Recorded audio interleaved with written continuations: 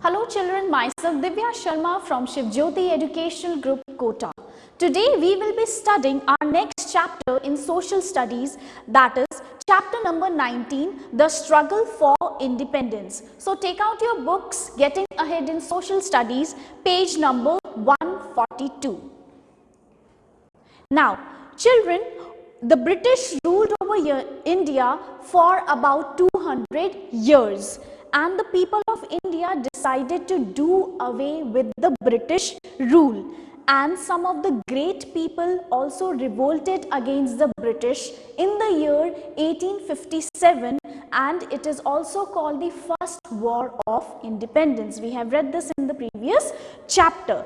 Now, before the revolt of 1857 started, Indians had realized that there were some social evil practices which were being practiced in India that kept the Indian society backward.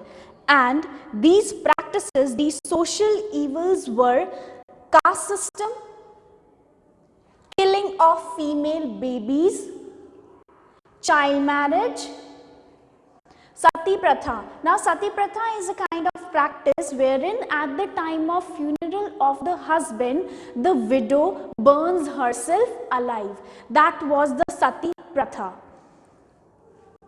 Now, these were the main reasons for the sad state of the Indian society, these superstitions and the customs which were being followed, and some of the social reformers tried to fight against these evil practices. So these social reformers were Raja Ram Mohan Roy, Sayyid Ahmad Khan, Dayanand Saraswati, Ishwar Chandra Vidyasagar. Now, these people fought against these evil practices, and they also realized that these evil practices have to be removed so that our Indian society progress. Now, who are social reformers who want a change in society, and their aim is to bring a change in something such as a law or social system. They want to change the social system. So these are social reformers. Now what happened? Now we will take up the next topic, that is the rise of nationalism. Rise of nationalism was a movement which was fought against the British Raj.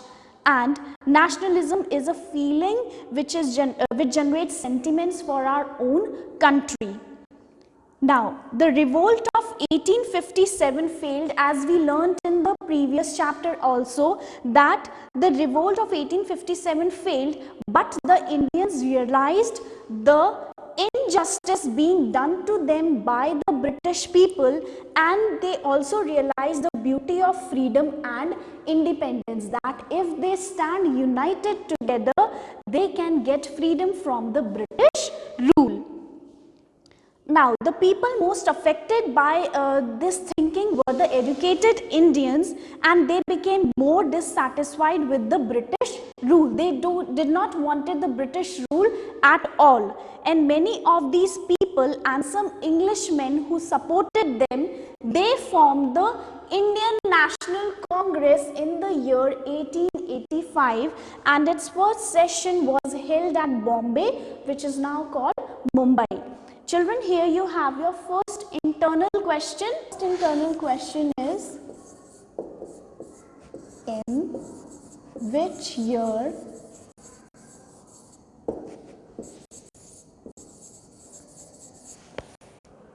the Indian National Congress,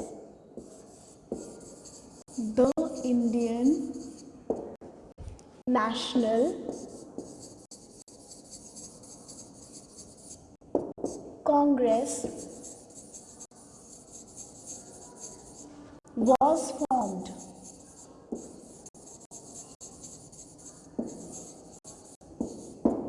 The answer will be in the year 1885. So in the year 1885, Indian National Congress was formed. Now, the first session of Indian National Congress was held at Bombay, that is now called Mumbai. Now, the Indian National Congress did not raise the question of freedom from the British people. They demanded for reforms, that is change in the Indian society, so that the Indians can lead a more free and better life under the British rule. And some of the important moderate leaders. Now, Indian National Congress also was divided amongst two groups. One group was of moderates and the another was of radicals. Now, moderates had a very soft approach towards fighting against the British rule. Some of the moderate leaders were Dadabhai Naoroji, Gopal Krishna Gokhale and W.C. Banerjee. They believe that they can fight against the British by having a soft approach. That means by demanding reforms by peaceful means, not fighting. Okay. Now, there was another group which was formed, that is the group of radicals. They believe that this soft approach towards demanding reforms from the British rule will not work at all, and they believed in the violent means. They believed in fighting against the British, and then they wanted reforms in the Indian society. They wanted Swaraj or the self-rule. They preferred a stronger and more active opposition to the British.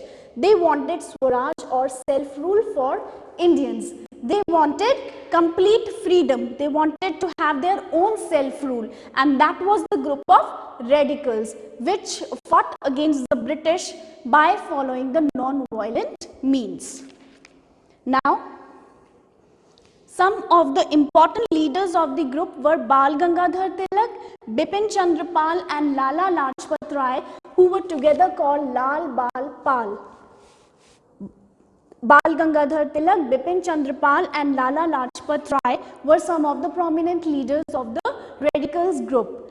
Now, Tilak declared, freedom is my birthright and I shall have it. He gave the slogan that freedom is my birthright and I shall have it. And he also started a newspaper called Kesari, wherein he wrote against the British people as he wanted to arouse the feeling of nationalism among the Indians. Our next topic is the partition of Bengal and the Swadeshi movement. Now, the Swadeshi movement aimed at removing the British Empire from the power completely. Okay, and it was a part of the Indian national movement, and this movement was started against the partition of Bengal. It aimed to remove the power of the British Empire.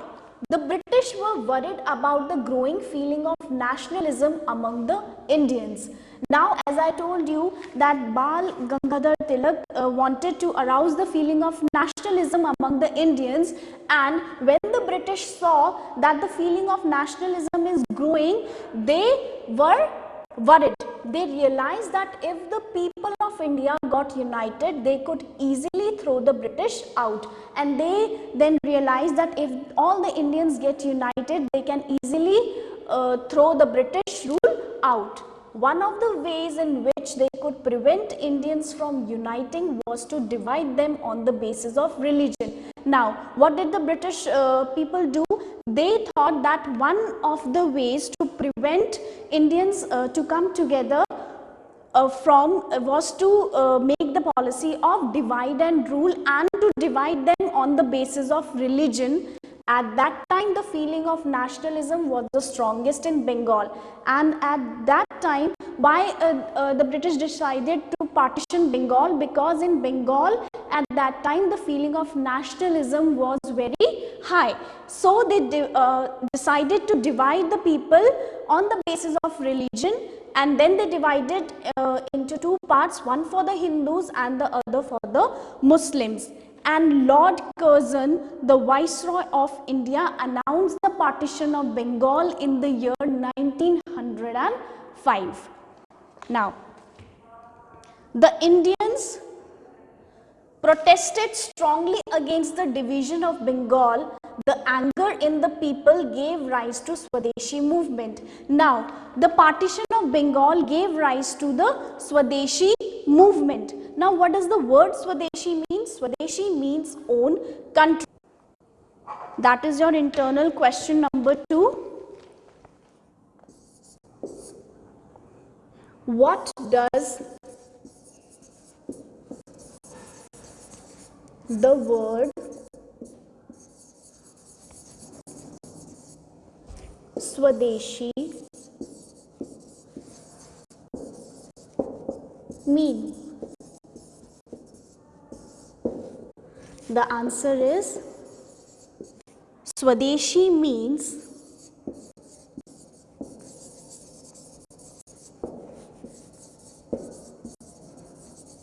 own country.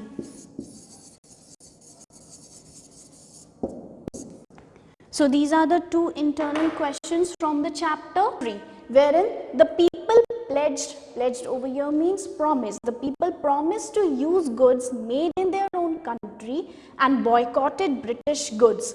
Boycott means to stop buying or to stop using goods which were produced by the British company. So they pledged, they promised to use the goods which were made in their own country, and then they totally boycotted the British goods. Bonfires of British goods, especially clothes, were made at several places. They burnt the British goods and especially the clothes. Women and students also participated in the movement.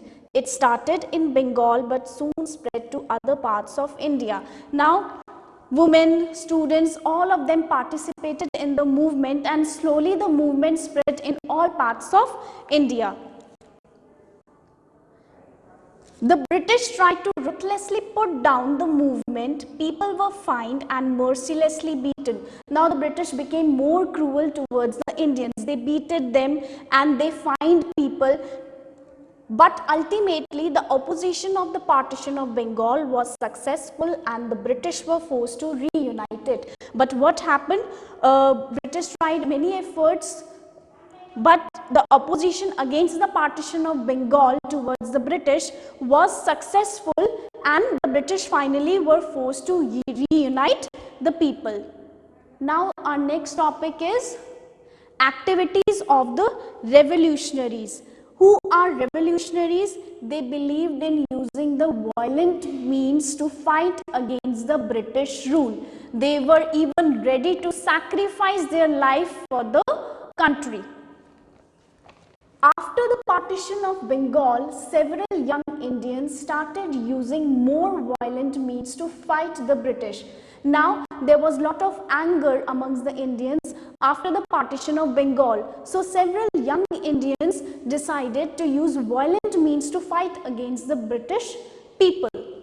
They formed groups to fight the British and were willing to sacrifice their lives for the country. As I told you, revolutionaries were even ready to sacrifice their life for the country because they believed in fighting against the British people by using the violent means. They were called the revolutionaries. The movement spread to many states of India.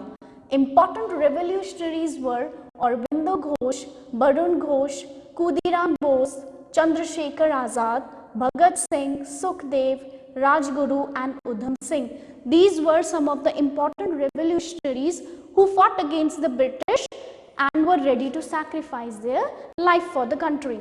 The movement, however, was not very successful since the revolutionaries resorted to violent means of protest. They were not joined by the general masses. Now, though the movement of the revolutionaries, it was not successful and they were also not joined by the general masses, but they stick to their violent means to fight against the British rule. Now, our next topic is World War I and after that. World War I broke out in 1914, and we have read in the previous chapter that what kind of damage, massive damage it caused to the lives of the people. Lakhs of Indian soldiers fought with the British army. Thousands were killed. Indians thought that the British would be more sympathetic towards them after the war. However, this did not happen. The British became even harsher towards Indians. Now, after the World War I, thousands of people were killed in World War I, and Indians thought that now the British people would show sympathy towards them. But this thing did not happen. They became more cruel, more harsh towards the Indians. They imposed fresh taxes to recover the losses they suffered in the war. You already know that Mahatma Gandhi came back to India from South Africa in 1915 while World War I was still going on. Mahatma Gandhi came to India in the year 1915 when the World War I was still going on. Soon he took over the leadership of the independence movement going on in India, and then seeing the scenario, he also took over the leadership towards the independence of India. This was the explanation of the chapter, children. In video 1, we have covered the explanation of the chapter including the internal questions. Thank you.